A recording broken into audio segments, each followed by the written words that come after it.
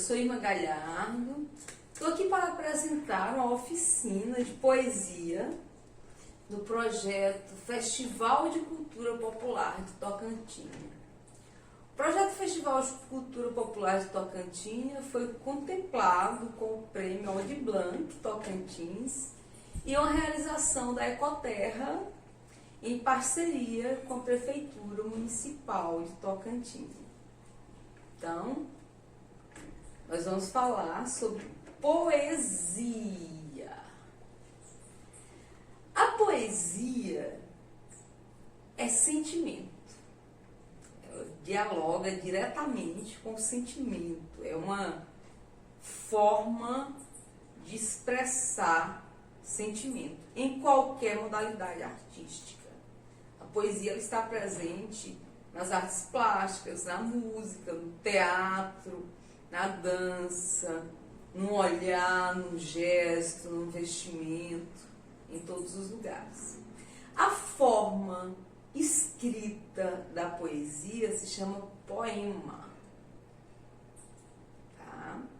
Então, a poesia escrita é o poema, mas a poesia está em tudo, está por aí. Então, a gente vai focar mais diretamente aqui no poema, né? Na forma escrita da poesia. Então, a gente falando em poema, tem uma forma de poema que é bem clássica, que é o soneto. O soneto é um poema composto de 14 versos. Verso é cada linha do poema, tá? Então, o soneto, ele tem 14 versos, dividido em 4 estrofes. Estrofe é aquela reunião de poemas, sabe? Aquela junção. Então, o soneto tem 4 estrofes, 2 estrofes, as 2 primeiras estrofes, tem 4 versos cada. A gente chama de quarteto. E as 2 últimas estrofes têm 3 versos cada, a gente chama de terceto. Então, o soneto é um poema de 14 versos, dividido em 2 quartetos e 2 tercetos. Então, dá 4, 8, 9, 10, 11, 12, 13, 14. Certo? Hoje o soneto é pouco utilizado, porque é uma forma fixa e era mais antigamente mesmo que as pessoas usavam na época da métrica, né? O que é métrica? Métrica era uma forma de fazer, era um instrumento que se utilizava na hora de fazer o poema. Era a forma de medir a sílaba tônica das palavras, então aí tudo tinha que combinar, tinha que ter uma rima, e os versos tinham que estar mais ou menos do mesmo tamanho, né? Não poderia, por exemplo, você colocar um verso pequeno com outro verso grande. Fugia da métrica, né? Metrificar e colocar os versos mais ou menos do mesmo tamanho, com as sílabas tônicas rimando ali no momento certo, né? Que isso depende da quantidade de verso de cada estrofe para se falar da rima da sílaba tônica, tá? Então, não é simples. Eu não estudei métrica na minha época, felizmente.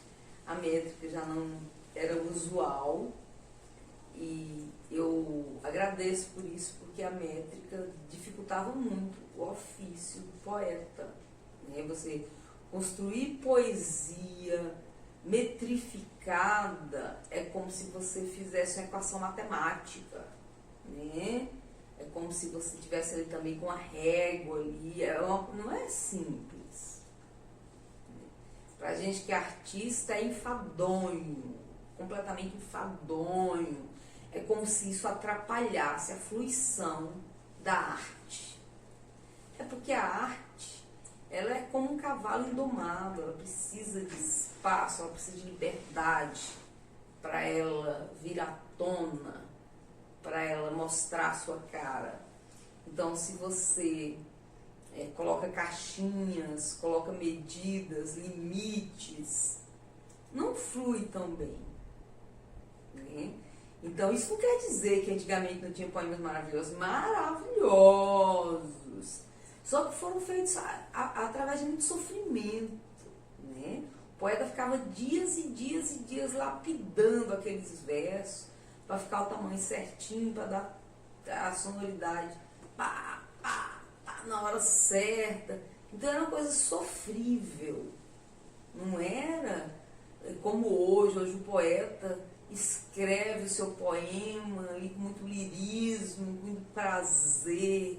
É um momento assim que a harmonia, né, paira no ar, não tem sofrimento. Isso é lindo, né?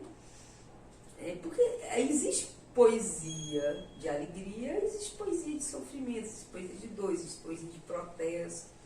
Então nem sempre você precisa sofrer para fazer um poema. O poema ele pode fluir, ele pode sair de um momento de grande felicidade, pode, né, tem poetas que têm insights assim, maravilhosos, que conseguem produzir versos belíssimos sem nenhum sofrimento, né? Tem um poeta da língua portuguesa, do nosso Brasil, um poeta que já morreu, muito famoso, que foi o Manuel Bandeira. Manuel Bandeira ele teve uma vida muito triste. Ele era tuberculoso no tempo que não existia a penicilina. Então ele perdeu os membros da família, o pai, a mãe, a irmã, todos morreram de tuberculose. E ele quase morreu também. A sorte é que a família era rica e ele pôde fazer o tratamento na Suíça e sobreviveu. Mas por conta dessa doença, tuberculose, ele teve uma vida limitada. Ele não pôde ser engenheiro como ele queria, ele não pôde tomar banho de mar, ele não pôde andar de burro bravo, ele não pôde subir em pau de sebo, um monte de coisa que ele gostaria, andar de bicicleta, um monte de coisa que ele gostaria de ter feito, teve essa vida limitada. Então, é um poeta que, apesar da doença, apesar de ter tido essa vida triste, ele escreveu coisas belíssimas, né? Eu falei aqui de andar de bicicleta, de subir em pau de sebo e andar de porco bravo, porque ele escreveu um poema bem famoso, que é Vou-me embora para Pasárgada, que ele fala de tudo isso que ele não pôde viver, e ele fala em Pasárgada, que é a cidade de veraneio do rei Ciro, que ele descobriu por acaso num dia que ele estava muito atacado de tuberculose, ele não podia sair, então ele ficou em casa lendo a Ciropedia, que é a enciclopédia do Ciro, e lá ele descobriu essa cidade de veraneio, Pasárgada. Então ele ficou imaginando como seria essa cidade, que seria a cidade ideal, que seria uma cidade muito feliz. E aí ele faz os versos, faz o poema famosíssimo, Vou-me embora para Pasárgada. E aí no poema ele fala das coisas que ele gostaria de fazer, que ele imagina que lá em Pasárgada pode fazer tudo isso. Então ele fala, vou-me embora para Pasárgada, lá sou amigo do rei, lá tenho a mulher que quero na cama que escolherei.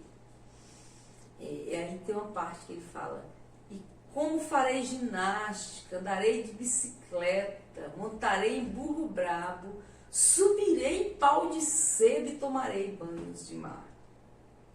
Quando eu estiver cansado de não ter jeito, e quando de noite me der vontade de me matar, mando chamar a mãe d'água para me contar as histórias que no tempo deu menino, Rosa vinha me contar. Vou-me embora para Pasárgada. Então, apesar de ser escrito no momento de dor, no momento de sofrimento, porque ele estava atacado de hemoptise, estava atacado da tuberculose, apesar desse poema ter escrito num momento como esse, ele conseguiu colocar beleza, ele conseguiu, né, colocar esperança, conseguiu colocar muito lirismo nesses versos. Então, os versos, eles, como eu disse, eles podem ser de dor, eles podem ser de alegria, de tristeza, podem ser de reivindicação, de protesto, E o Manuel Bandeira tem uns outros versos que é uma crítica social, talvez vocês conheçam, que é o bicho. Você conhece? Eu não me recordo exatamente como são esses versos, mas é mais ou menos assim, ó. Vi ontem um bicho na imundície do pátio catando detritos. Quando achava alguma coisa, não examinava nem cheirava, comia. O bicho não era um gato, o bicho não era um rato, o bicho era um homem, meu Deus. Né? Então é uma crítica social, é um poema assim, ele fala das pessoas que estão à margem, que tem que se alimentar através do lixo, que é uma condição que geralmente é o animal, né, que faz. Então por isso que ele fala, o bicho não era um gato, o bicho não era um rato, o bicho era um homem, meu Deus. É um poema assim. E ele tem vários outros poemas interessantes, muita coisa linda. Ele tem um poema infantil que eu conheci quando eu tinha 6 anos, no meu livro didático da segunda série primária, um livro de comunicação e expressão. O nome do poema é Porquinho da Índia, bem famoso. Quando eu tinha 6 anos, ganhei um porquinho da Índia. Que dor de coração me dava, porque o bichinho só queria estar debaixo do fogão. Levava ele para a sala, para os lugares mais limpinhos, mas ele não gostava. Só queria estar debaixo do fogão. Não fazia caso nenhum da minha ternurinha. O meu porquinho da Índia foi a minha primeira namorada. Então, Manuel Bandeira tem muita coisa linda, você pode levar para o seu aluno, se você for professor, você pode levar para o seu dia a dia, se você não for professor.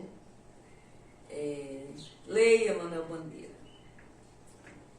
Tem, voltando ao soneto, né? A gente começou a falar do soneto e entrou no Manuel Bandeira. Voltando ao soneto, tem sonetos clássicos, Shakespeare, aquele dramaturgo lá do Romeu e Julieta, escreveu sonetos lindos, muito lindos, na antiguidade, né? E Luiz Vaz de Camões foi outro sonetista muito bom da antiguidade. Luiz Vaz de Camões nos deixou sonetos que ainda hoje a gente fala e acha recente e provoca emoções maravilhosas. Tem um soneto do Camões que o Renato Russo, do Legião Urbana, musicou na década de 80, que foi um sucesso. A juventude da minha geração cantava de olhos fechados e nem imaginava que aqueles versos haviam sido feitos há mais de 500 anos, né? Então, eu vou falar um aqui para vocês. Os versos que o Renato Russo musicou é daquela música, amor é fogo que arde sem se ver. Conhece? É ferida que dói, não se sente. É o não contentar-se de contente. É cuidar que se dói em se perder. É estar-se preso por vontade, é servir a quem vence o vencedor. É o tempo que nos mostra a lealdade, tão contrário a si é mesmo amor. É lindo, né? Vai lá e olha, eu não estou me recordando exatamente os versos, mas é um soneto muito bonito do Luiz Vaz de Camões. E eu vou falar outro, que é a história da Ruth e da Raquel, lá da Bíblia, Labão, né? O Luiz Vaz de Camões contou essa história em 14 versos apenas. Ele escreveu um poema belíssimo, um soneto, que se chama 7 anos de pastor. 7 anos de pastor, Jacó servia Labão, pai de Raquel, serrana bela. Mas não servia ao pai, servia a ela, pois a ela só por prêmio pretendia. Os dias, na esperança de um só dia, passava contentando-se com vê-la. Porém Labão, usando de cautela, no lugar de Raquel lhe dava Lia. Vendo o triste pastor que, com enganos, lhe fora se negada a sua pastora como se não houvera merecido, começa a servir mais 7 anos, dizendo, mas serviria, se não fora para tão grande amor, tão curta vida. Então vocês viram aí um poema belíssimo, escrito há mais de 5 séculos. Olha que coisa maravilhosa, né? Então, Luís Vaz de Camões, poeta português, que nos deu de presente os Lusíadas. Você já ouviu falar nos Lusíadas? Os Lusíadas é um poema tão grande que é um livro. Ele conta a história das navegações portuguesas e de uma parte da história de Portugal. Mas conta lindamente, todo em oitavas, em estrofe de 8 versos. Coisas belíssimas, tá? Vai lá conhecer. As armas e os barões assinalados que da ocidental praia lusitana por mares nunca dantes navegado. É muito lindo. Vai lá e veja como Luís Vaz de Camões foi gigante ao construir os versos dos Lusíadas. Os Lusíadas é a maior epopeia da língua portuguesa. É assim, realmente um presente que ele nos legou. E tem outras coisas lindas do Luís Vaz de Camões. Alma minha gentil, tu que partistes tão cedo dessa vida descontente, repousa lá no céu eternamente e vive ou cá na terra sempre e triste. Muita coisa bonita você vai conhecer, você vai ter a oportunidade de saborear com Luís Vaz de Camões. Então pesquise, procure conhecer a obra desse poeta tão grandioso que 500 anos depois nós estamos aqui falando dele, né? Se a gente parar para imaginar que na época dele não tinha Facebook, não tinha internet, não tinha redes sociais, tudo que nos chegou até hoje foi através de escritos. Olha, escritos tão potentes que sobreviveram às intempéries do tempo, né? Então, um poeta brasileiro relativamente contemporâneo que escreveu o soneto foi o Vinícius de Moraes. Eu falo relativamente contemporâneo porque ele morreu na década de 80, mas está super vivo entre a gente, né?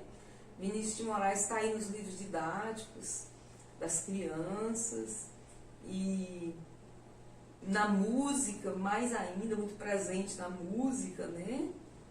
E ele escreveu um soneto muito famoso, que é o Soneto da Fidelidade, que está na música, mas está também nos livros. E é considerado, assim, um dos sonetos mais bonitos da nossa língua. E eu vou falar um pouquinho aqui dele para vocês. Vou falar o soneto para vocês. Soneto da Fidelidade. De tudo ao meu amor serei atento, antes e quanto ao zelo, e sempre e tanto, que mesmo em face do maior encanto, dele se encante mais meu pensamento. Quero vivê-lo em cada momento, e em seu louvor hei de espalhar meu canto, e rir meu riso, e derramar meu pranto, ao seu pesar, ao seu contentamento. E assim, quando mais tarde me procure, quem sabe a morte, angústia de quem vive, quem sabe a solidão, fim de quem ama, eu posso lhe dizer do amor que tive, que não seja imortal, posto que é chama, mas que seja infinito, enquanto Então tá aí o Vinícius de Moraes. Ele tem um outro soneto, que é o soneto da separação.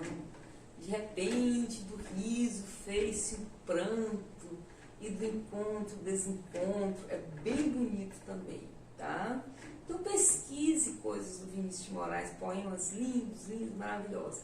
E para criança, se tiver algum professor me vendo, para criança, Vinícius de Moraes deixou coisas belíssimas. Ele escreveu um livro, A Arca de Noé, que foi musicado depois, e tem muitos poemas que você pode utilizar no dia a dia, na sala de aula. Por exemplo, a foca. Quer ver a foca ficar feliz? É pôr uma bola no seu nariz. Quer ver a foca bater palminha? É dar ela uma sardinha.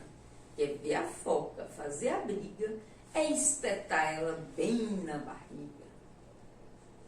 Tem também, lá vem o pato, pataqui, pataculá, lá vem o pato para ver o que há, né? É um poema musicado, tem a casa, aquela música que todo mundo conhece, que nasceu de um poema, né? Era uma casa muito engraçada, não tinha teto, não tinha nada. Ninguém podia entrar nela, não. Porque na casa não tinha chão. Ninguém podia dormir na rede, porque na casa não tinha parede. Ninguém podia fazer pipi, porque pinico não tinha ali. Mas era feita com muito esmero na Rua dos Bobos, número 0. Então, um poema tic-tac, tem outro relógio, e tem vários outros, né? Então, você pode apresentar o Vinícius de Moraes para sua criança, seja seu aluno, seu filho, seu sobrinho, seu vizinho, você, né? Os poemas são muito lindos. Tem um outro poeta maravilhoso que o Brasil aclamou como um poeta maior, que é o Carlos Drummond de Andrade. Carlos Drummond de Andrade soube retirar poemas do cotidiano, retirar poemas da vida besta, né? Como ele próprio disse. Então, o Carlos Drummond de Andrade, de certa forma, democratizou a poesia, popularizou a poesia, porque a poesia era tida como uma coisa mais elitizada, uma coisa de livros, uma coisa de gente que já teve tempo para... de gente que não precisa se preocupar em ganhar o pão de cada dia. Já superou essa fase, já está na fase das artes, né, de absorver a cultura. Então, a poesia era tida como coisa de gente mais sofisticada, de gente mais culta. Geralmente utilizava-se palavras mais rebuscadas para produzir bons versos. E por conta disso, a classe popular não consumia tanta poesia. A poesia ficava lá para os mais abastados. E o Drummond, de certa forma, ele popularizou a poesia, ele trouxe para o dia a dia do brasileiro, primeiro porque ele escrevia crônicas nos jornais, né, diariamente. E ele tinha aquela linguagem poética. E as crônicas ele falava de banalidades mesmo, falava de coisas do cotidiano. E esses temas ele levou para a poesia dele, né? Ele levou para a poesia e conseguiu atrair a atenção, conseguiu despertar emoções variadas em variadas classes sociais, né? Drummond foi o mago dos versos. Ele realmente conseguiu, né? Vamos pensar alguma coisa do Drummond. Versos à boca da noite. Escreverei sonetos de madureza, darei aos outros a impressão de calma, serei sempre louco, sempre mentiroso, acreditarei em mitos, zombarei do mundo. Ele tem o famoso quadrilha, João amava Teresa, que amava Maria, que amava Joaquim, que amava Lili, conhece? Foi até usado na campanha contra a AIDS. Ele tem aquele anedota húngara. Era uma vez o czar naturalista que adorava caçar homens. Quando lhes disseram que também se caçava borboletas, ele achou uma barbaridade, ficou horrorizado. Uma crítica social, né? E tantas outras críticas sociais que o Drummond fez.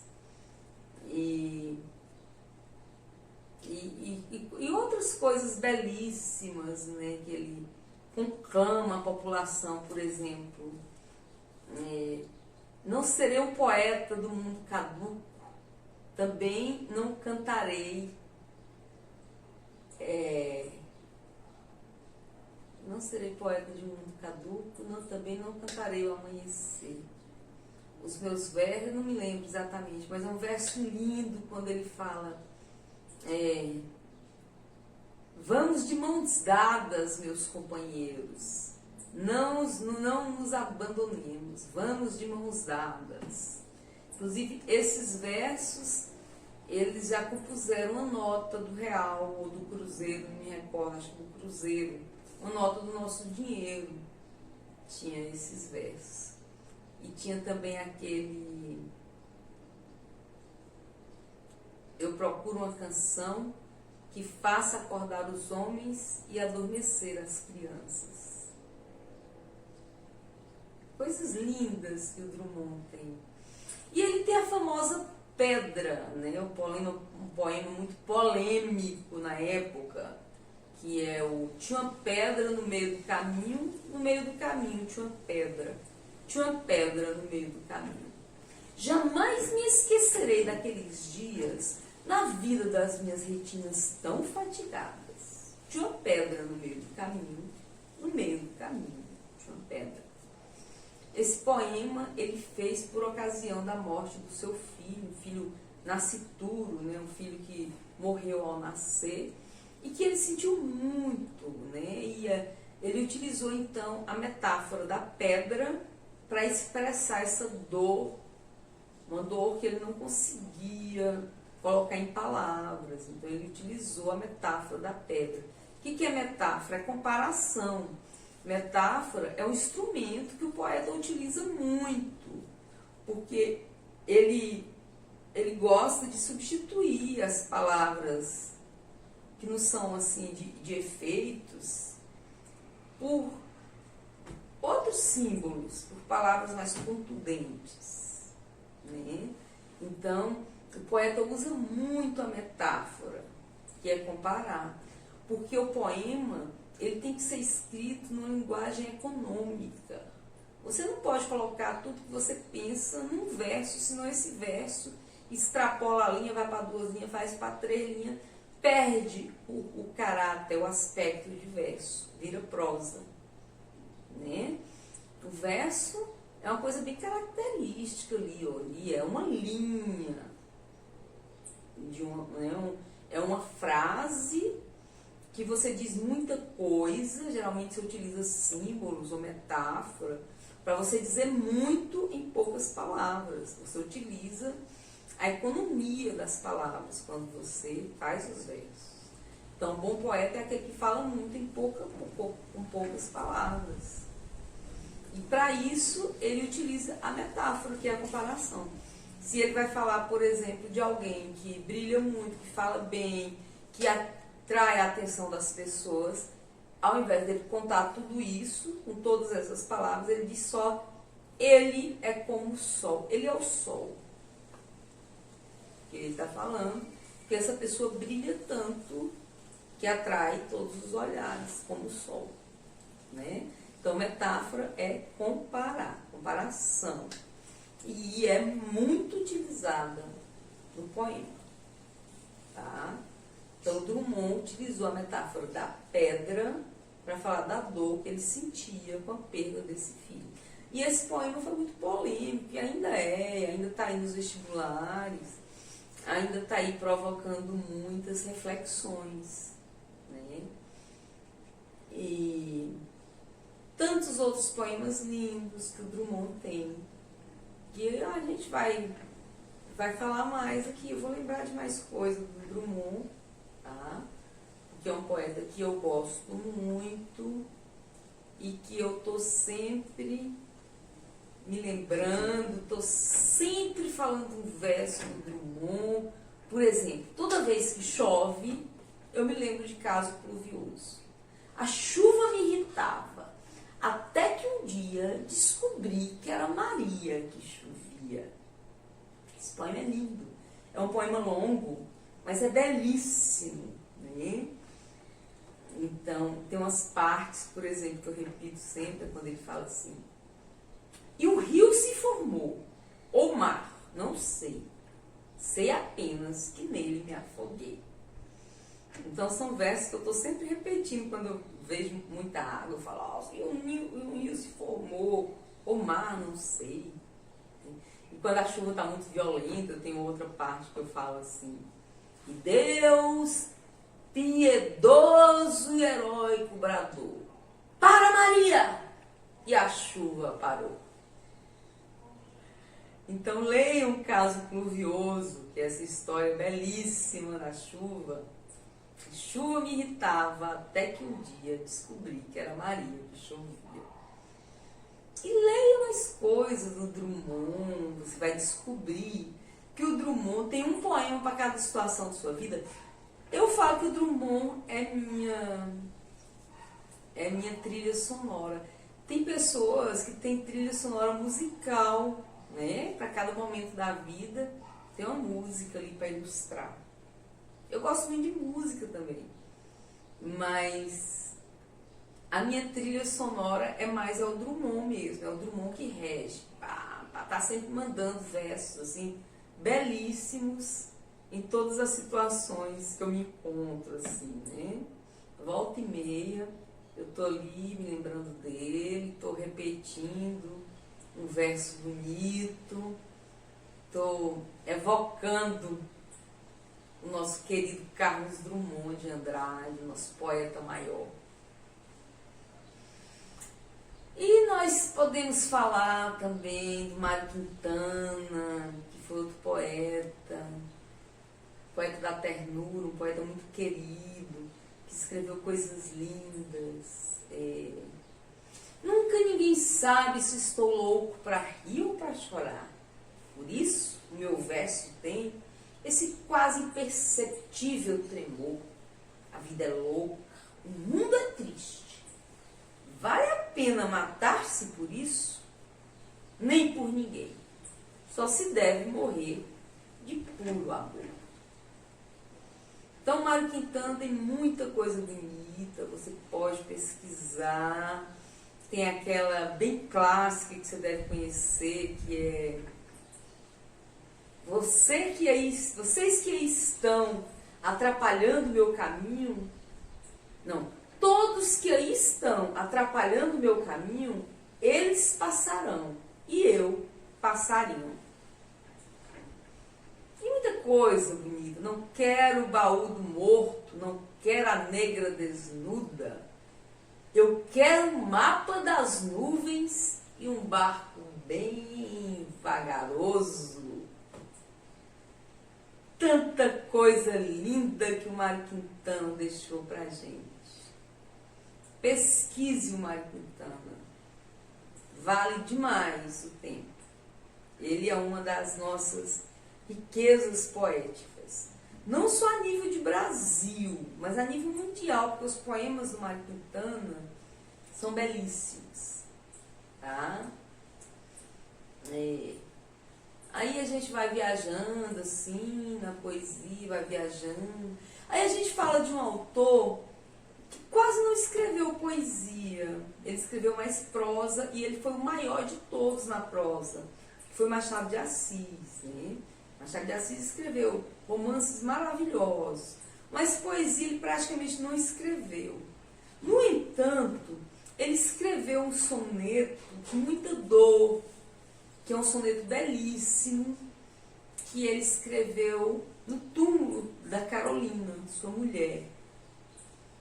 Eu vou fazer só um breve apanhado, assim, um breve resumo da vida do Machado de Assis, porque ele foi muito grandioso e é muito representativo na nossa literatura.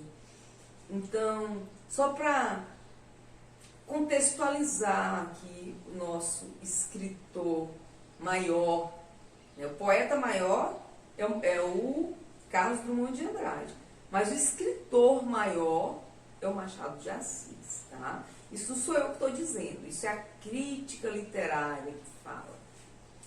Então, o Machado de Assis, ele era neto de escravo, ele era negro, ele era de família muito pobre, a mãe lavadeira, ele não teve condição de estudar em escola regular, ele foi autodidata, tudo que ele aprendeu foi sozinho, na Biblioteca Nacional do Rio de Janeiro, quando ele ia levar as roupas que a mãe lavava, quando ele ia levar para os patrões essas roupas e buscar, ele parava na Biblioteca Nacional do Rio de Janeiro e lia.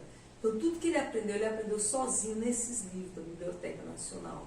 E ele passou por muitas adversidades, porque além de ser negro, numa época que o racismo era mais forte, ele era gago e ele sofria de epilepsia e era muito pobre. Então, ele tinha todos os motivos para não ser ninguém, para não ler um livro, para não conseguir nem se alfabetizar. No entanto, ele se tornou o maior escritor de todos os tempos no Brasil. O livro dele, Dom Casmurro, é tido assim como um clássico da literatura mundial, um clássico da literatura universal. É um dos maiores livros da literatura universal. Então, Dom Casmurro, ele tem outros livros maravilhosos, como Quincas Borbas, como Esaú e Jacó, como Memórias Póstumas de Brás Cubas, que é muito bom também, Memórias Póstumas, e muitos outros livros. Então ele foi grande, gigante, ele foi o fundador da Academia Brasileira de Letras, e o seu corpo está enterrado no mausoléu da Academia Brasileira de Letras. E ele é o grande imortal das letras brasileiras, né? É o fundador da Academia, o pai da Academia, patrono da Academia Brasileira de Letras. Então, esse gigante da literatura, ele se casou com a Carolina. E a Carolina, eles não tiveram filhos, né? Então, ela morreu primeiro do que ele. E quando ela morreu, ele sentiu muita dor, porque foi uma vida de companheirismo, só os dois. E ele escreveu uns versos, A Carolina, que é um soneto, mas que eu vou falar aqui só um trecho, um fragmento do soneto, que eu acho belíssimo, é de Machado de Assis. Querida, ao pé do leito derradeiro, em que descansas dessa longa vida, aqui venho e virei, pobre querida, trazer-te o coração do companheiro. Trago-te flores, restos arrancados da terra que nos viu passar unidos e ora mortos nos deixa e separados. São muito lindos esses versos, né, gente? Então, A Carolina é o nome do soneto do Machado de Assis, que eu considero assim uma obra-prima, né? Eu e a crítica, né? Então nós temos temos poetas que pouco se fala, sabe? Por exemplo, Raul de Leon, que foi ainda do século XIX, ele tem um soneto muito lindo que se chama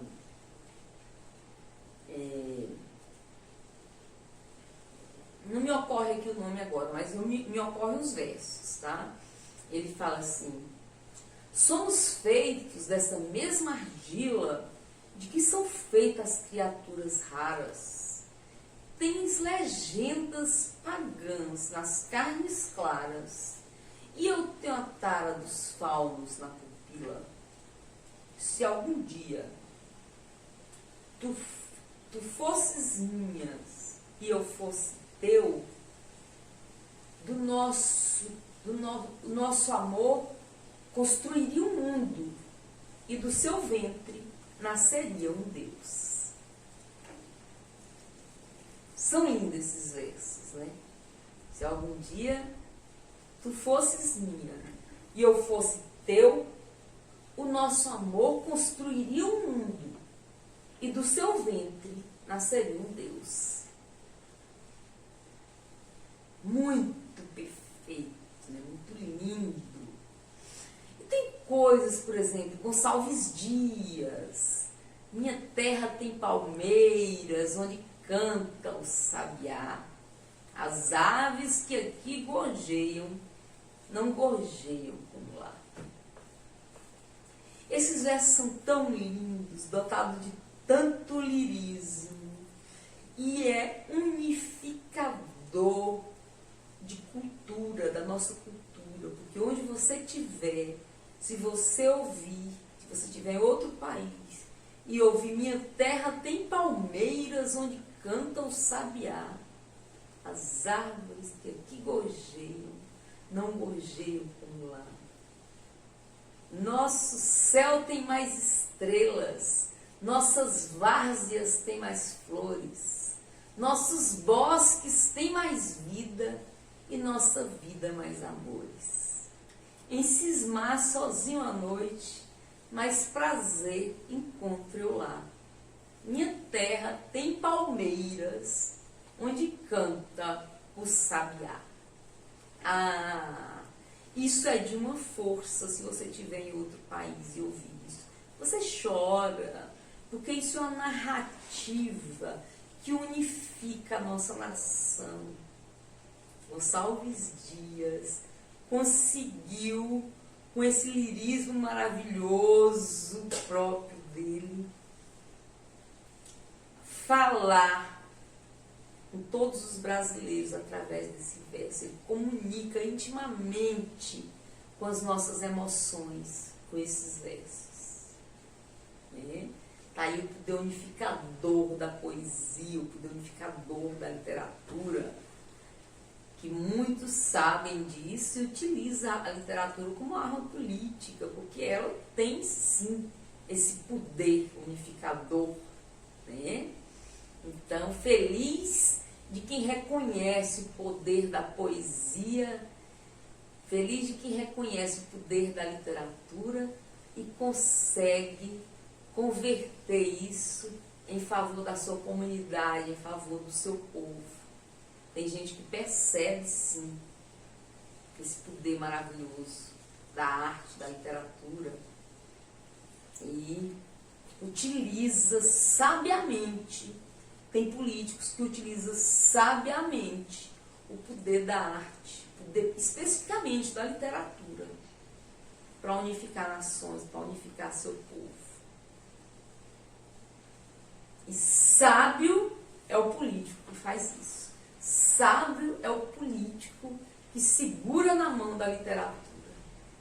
Sábio é o político que anda de mãos dadas com a poesia.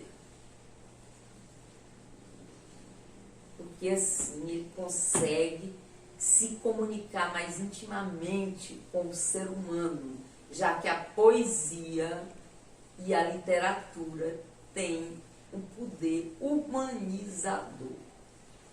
Certo? Então, voltando aqui aos nossos queridos poetas brasileiros, nós temos a Cecília Meirelles. A Cecília Meirelles deixou poemas belíssimos, é minha patrona na Academia Palmense de Letras. Foi a primeira pessoa que se preocupou em fundar uma biblioteca infantil no Brasil. E escreveu coisas maravilhosas para criança. Mas ela não escreveu só para criança. Ela tem cada poema lindo. Você deve conhecer vários. Pelo mesmo motivo você conhece, né? Eu canto porque o momento existe e a minha vida está completa.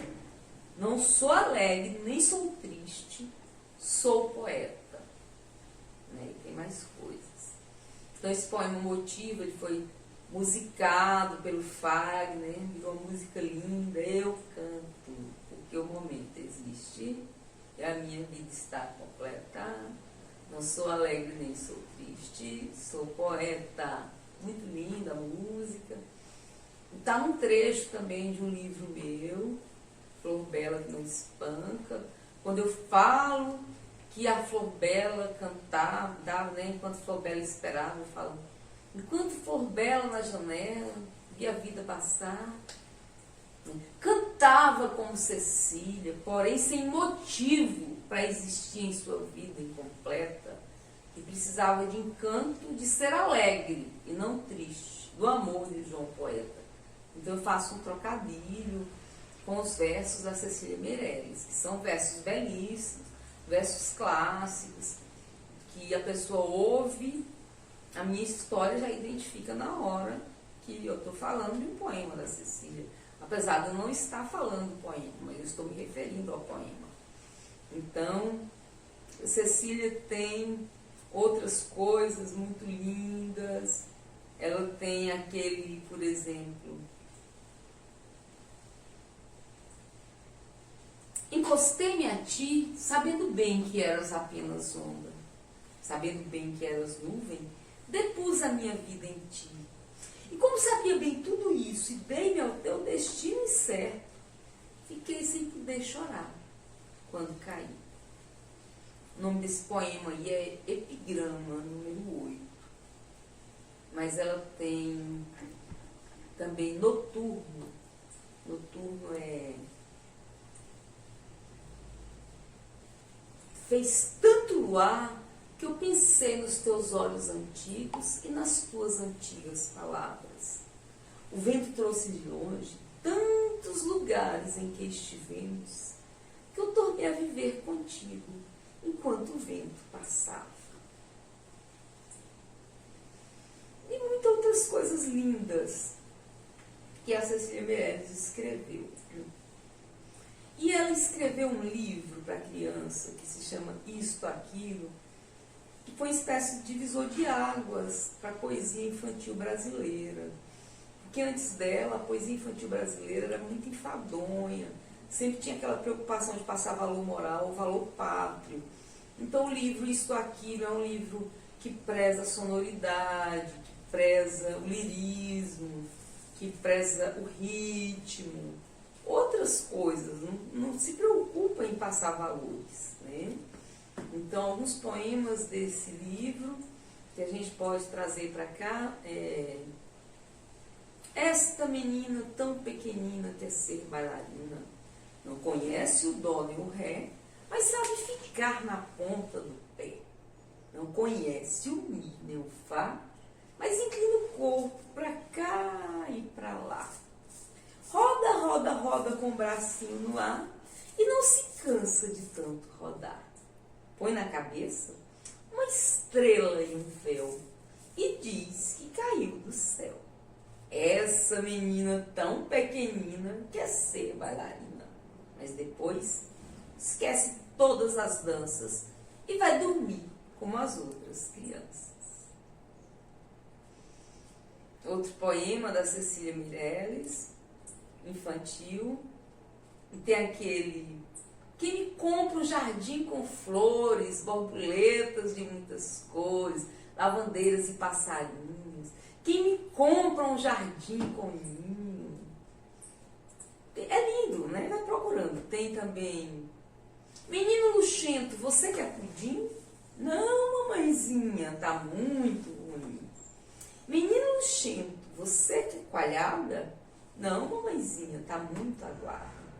Menino luxento, você não quer nada? Menino luxento, pois tome palmada. Tem também: 3 meninos na mata ouviram a pombinha gemer.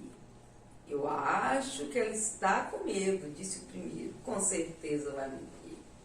3 meninos na mata ouvir uma pombinha carpir. Eu acho que ela está com medo disso sim, não sabe como fugir. 3 meninos na mata, ouvir uma pombinha gemer. Eu acho que ela está com medo disso o terceiro, com certeza vai morrer. É mais ou menos assim. Então, são muitos os poemas que a Cecília Meirelles tem, que você pode apresentar para uma criança, que você pode, né, degustar os de adultos, mas os infantis você pode apresentar para uma criança que é próxima a você. Tem o colar de Carolina. Com seu colar de coral, Carolina corre por entre as colunas da colina. Colar de Carolina colore o colo de cal e torna corada a menina. E o sol, vindo aquela cor do colar de Carolina, põe coroas de coral nas colunas da colina. Ainda falando de Carolina, tem o da Arabella abria a janela. Carolina era uma sábia menina e Maria olhava e dizia bom dia.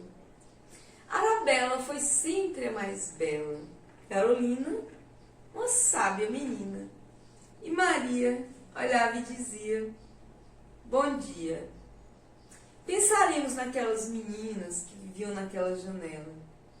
Uma que se chamava Arabella, outra que se chamava Carolina. Mas a nossa eterna saudade é Maria, Maria, Maria, que dizia com voz de amizade, bom dia. E tantos poemas que a Cecília Meirelles tem, né? O último andar, é no último andar que eu quero morar. De lá, do último andar se vê as estrelas, do último andar se vê o mar. É de lá que eu quero morar. É muito lindo. O Chico Buarque, na chácara do Chico Buarque, o que se procura nunca se acha. Dizem que a chácara do Chico só tem mesmo chuchu e um cachorrinho coxo que se chama Caxambu. Né? Quando chove muito, a chácara do Chico vira charco. Então é uma brincadeira que a autora faz com o CH, o som do CH. É interessante para professor, alfabetizador. A chácara do Chico, bolacha. E muita coisa maravilhosa que a Cecília Meirelles tem. E que você deve conhecer. E deve apresentar para a criança que você admira, que você se preocupa em transformar num ser humano melhor. Porque se você se preocupa com isso, você deve sim levar a poesia para a vida dessa pessoa. Porque a poesia, já falei e repito, a poesia transforma os seres, a poesia humaniza o ser. A pessoa que consome poesia ou que produz poesia, ela tem um olhar diferenciado perante a vida, ela tem mais sensibilidade, ela pratica a empatia com mais frequência, ela se coloca constantemente no lugar do outro, ela se solidariza, né, com o outro, com os animais, com o meio ambiente. É diferente. Tem o olhar da pessoa que consome poesia, é um olhar mais sensível perante a vida, é um olhar mais necessário, né? Já que a gente vive nesse mundo tão apressado, nesse mundo tão insensível, né? Nesse mundo que está sendo destruído, que está sendo agredido constantemente pelo ser humano. Então, a gente precisa de pessoas com mais sensibilidade, precisa de pessoas com mais empatia, com mais consciência ambiental, com mais ética planetária.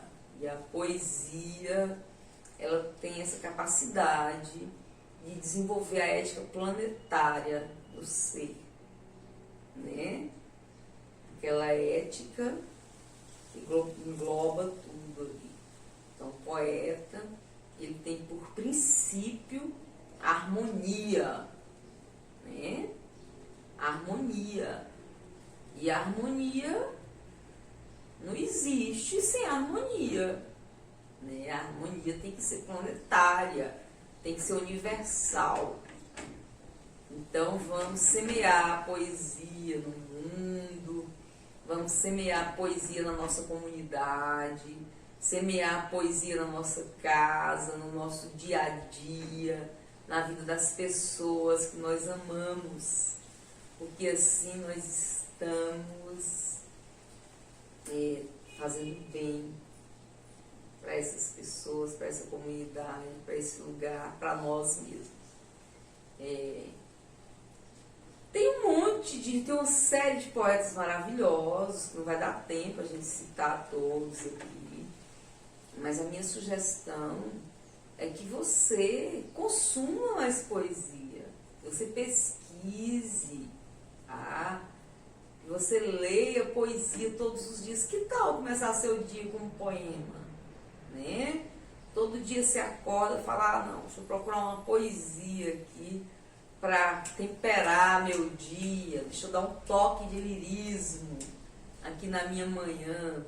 Então você pode, por exemplo, consumir o Manuel de Barros, que é um poeta lindo, um poeta maravilhoso, que extrai poesia das coisas simples do dia a dia, extrai poesia da infância, das memórias inventadas da infância. Olha que coisa linda, né? Como isso é poético. Memórias inventadas da infância é o título desse livro. E ele extrai poesia das memórias inventadas, né? Das coisinhas delicadas lá do quintal da infância dele. Então é uma poesia leve, é uma poesia lírica. O que é lirismo? Lirismo é um dos principais ingredientes da poesia. Lirismo é aquele encantamento que a poesia tem, certo? É aquele poder que a poesia tem de se comunicar intimamente com as emoções do ser. Porque cada pessoa, quando lê ou quando ouve uma poesia, ela tem reações diferentes, certo? As emoções provocadas pelos versos de um determinado poema são diferentes em cada ser, porque cada um vai receber esses versos e vai digeri-los de acordo com a sua visão de mundo, de acordo com a sua realidade de vida. Então, o mesmo poema provoca sensações e emoções diferentes, tá? Então, o poeta que consegue provocar muitas emoções num único verso, ele é um poeta muito bom. Manuel de Barros consegue isso. Ele tem um verso que eu uso sempre, que ele fala assim, hoje eu amanheci passarinho. Esse verso me diz muita coisa.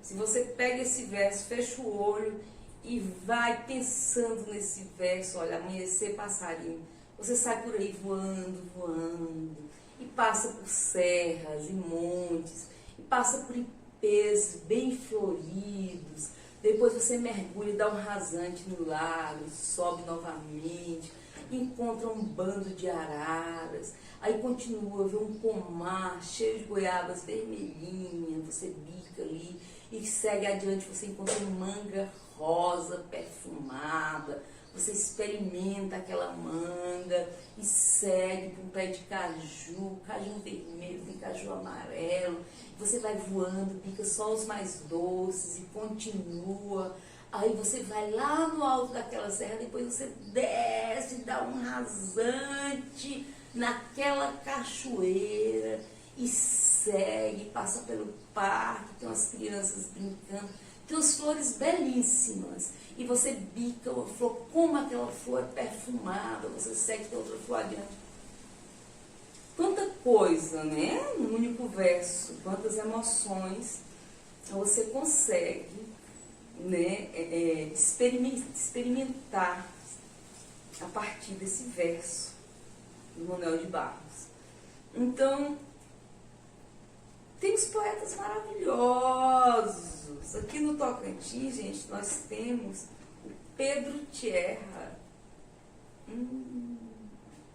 Pedro Tierra, de Porto Nacional. Como ele escreve coisas, e é vivo. E como ele escreve coisas lindas, e são poemas de resistência, são poemas assim, de luta de classe, são coisas lindas e necessárias, entendeu? São poemas sociais, são belíssimos. Então, Pedro Tierra é o nosso poeta maior aqui no Tocantins, tá? Então, ele realmente se destaca, assim.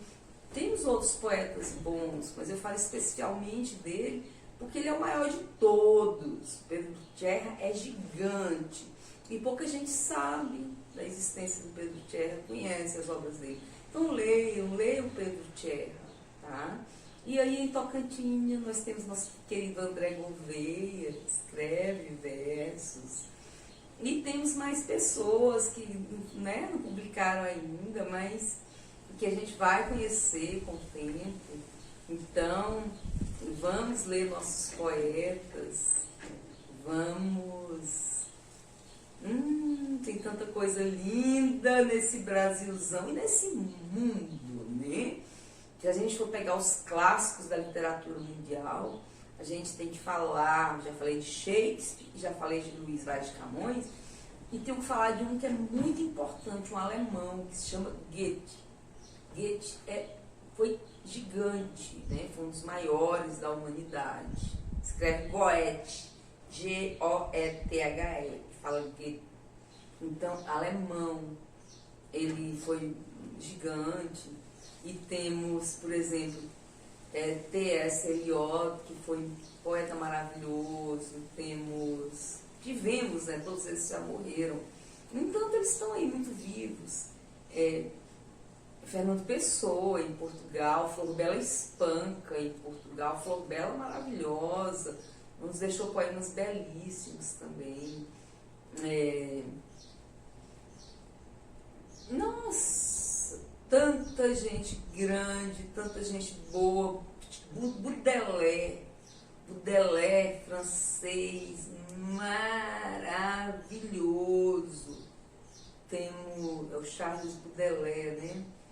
Temos o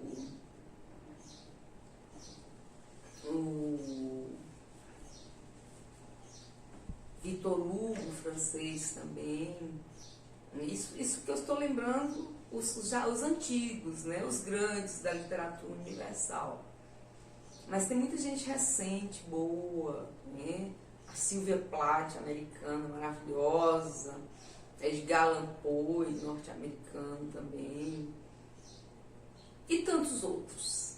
Não dá tempo de falar aqui todos. Então, a minha sugestão é que vocês consumam poesia. Aqui a gente tem um livrinho da Cecília Meirelles, infantil, Menino Azul, um poema. Cecília foi tão grandiosa em seus poemas, que os poemas infantis, pequenininhos, viram livros, de tão lindos que são. Ela tem vários livros, que inclusive na época dela não existia, enquanto ela foi viva, né? Esses livros surgiram depois da morte dela. Poemas infantis que se tornaram livros. São muitos os livros. Então, leiam todos os poemas que vocês encontrarem pelo caminho. Produzam poemas. Façam versos. Não é difícil. É para todo mundo. Eu tenho uns versos que eu fiz para estimular as pessoas nessa oficina, que é eu falando que o verso é para todo mundo, que todos podem praticar, Então aí eu falo do Carlos Drummond, eu faço uma comparação, dou o exemplo do Carlos Drummond de Andrade, que fez poema com aquela pedra, né, que eu falei aqui. E eu dou um exemplo também do Vinícius de Moraes, que fez o poema com a porta. Eu falo que a poesia está em tudo, está até na pedra e na porta. Porque o Vinícius, ele fez um poema com a porta, um poema infantil.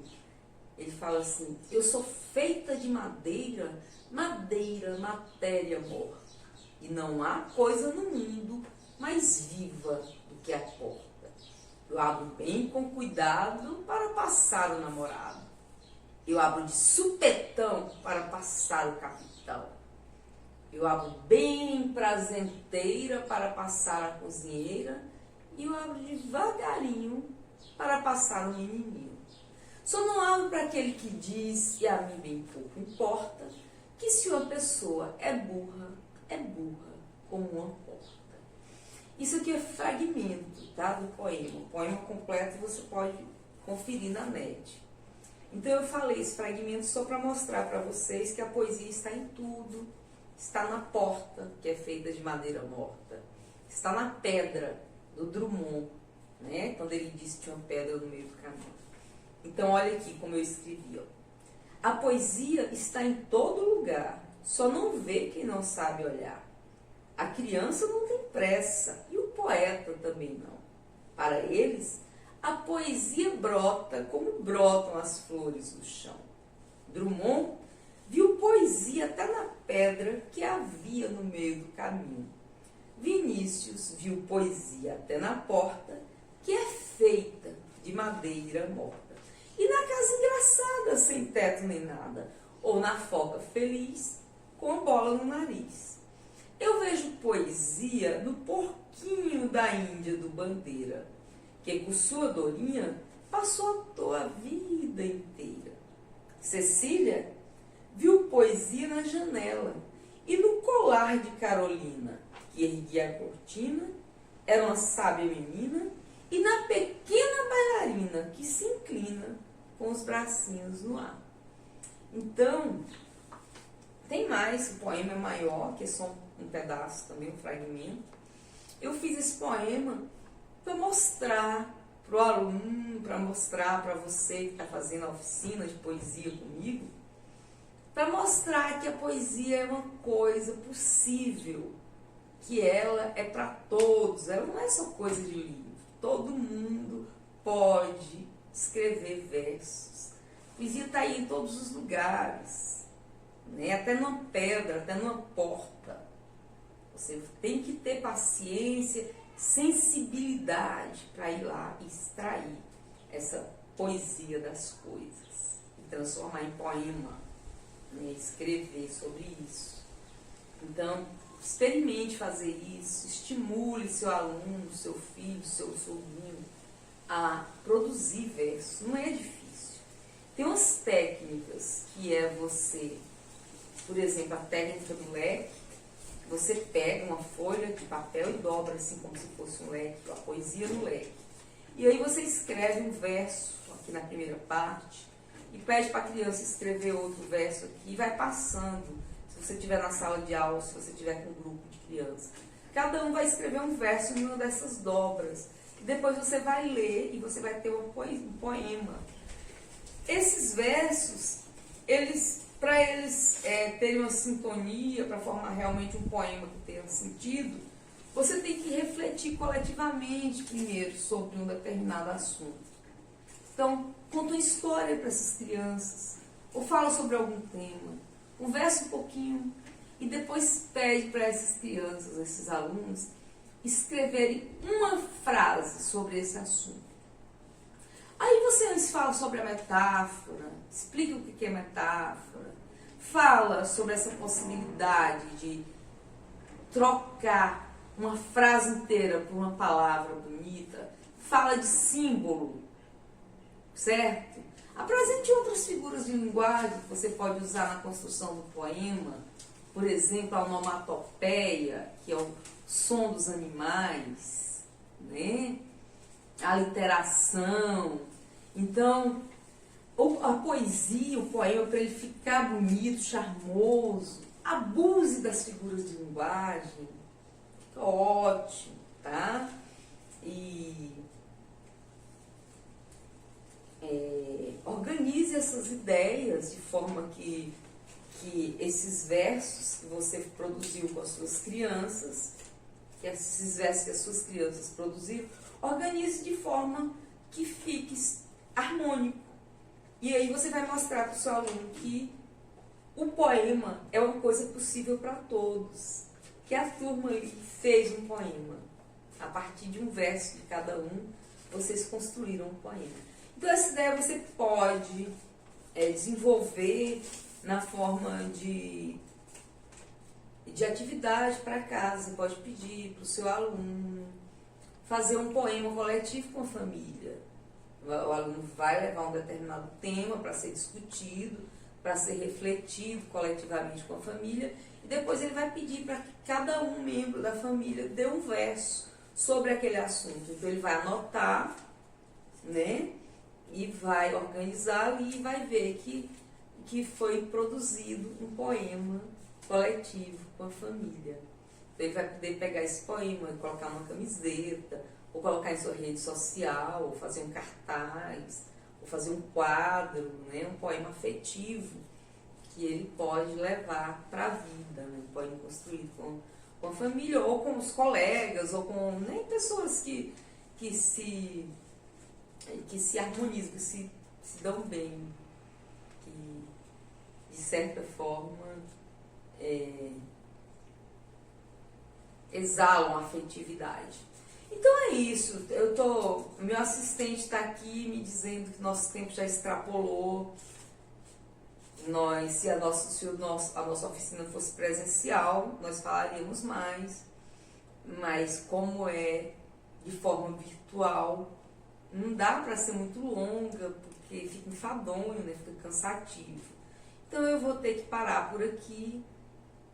E insisto para que vocês leiam todos os poemas que vocês encontrarem pelo caminho. Isso vai fazer uma diferença muito interessante na vida de vocês, tá? Então, fiquem bem, continuem, vejam todas as oficinas do projeto Festival de Cultura Popular de Tocantinha, esse projeto maravilhoso, capitaneado pela Ecoterra, e aí com o apoio da Prefeitura Municipal de Tocantinha. Acompanhem, são 30 oficinas, tá lindo o projeto. E tem também Festival de Caos, Festival da Canção, espetáculo de contação de história, recital de poesia. Tá lindo o projeto. Acompanhe o Festival de Cultura Popular de Tocantinha, tá? E seja feliz. Um grande beijo e até a próxima. Tchau!